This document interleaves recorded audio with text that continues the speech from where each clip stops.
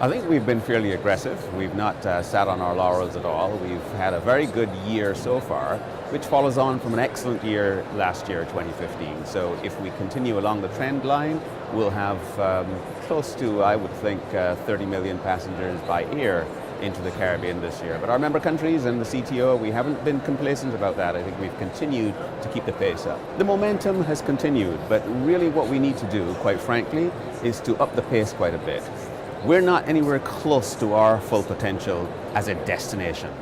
And if we start to pool our resources as effectively as we could and market the Caribbean brand the way that we really ought to as a group, then clearly we'll come close to where we really ought to be as a Caribbean destination. Our competitors have managed to get together and do precisely that, and we ourselves have done that on 2 occasions in the last 30 years or so. And that is pool our resources to get the full effect of marketing the Caribbean as a brand. The problem is that none of our destinations in the CTO as an individual destination has the clout, has the budget to do the job effectively.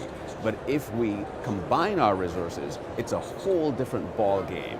Once we get into that mode of thinking, we will also then attract more air service, we'll have more impact in the marketplace generally speaking, and we'll generate more demand for the Caribbean. So everybody will benefit. Why am I so sure about this? Because on the 2 occasions that we've done this in several years past, we have seen the results. 2 things have happened. One, the awareness of the Caribbean brand has shot up measurably because we did before and after tests, and the business went up to the participating countries. So there's evidence to suggest that if we do that again, particularly in today's environment, we could probably do it more cost effectively than we did the last time around. Last time it was a $10 million campaign. If we had $10 million now, we would spend it differently and we would probably be even more effective. First of all, the CTO is blessed to represent the finest countries in the Caribbean, and there's a variety of them. Big countries and smaller ones, and English, French, Spanish, and Dutch.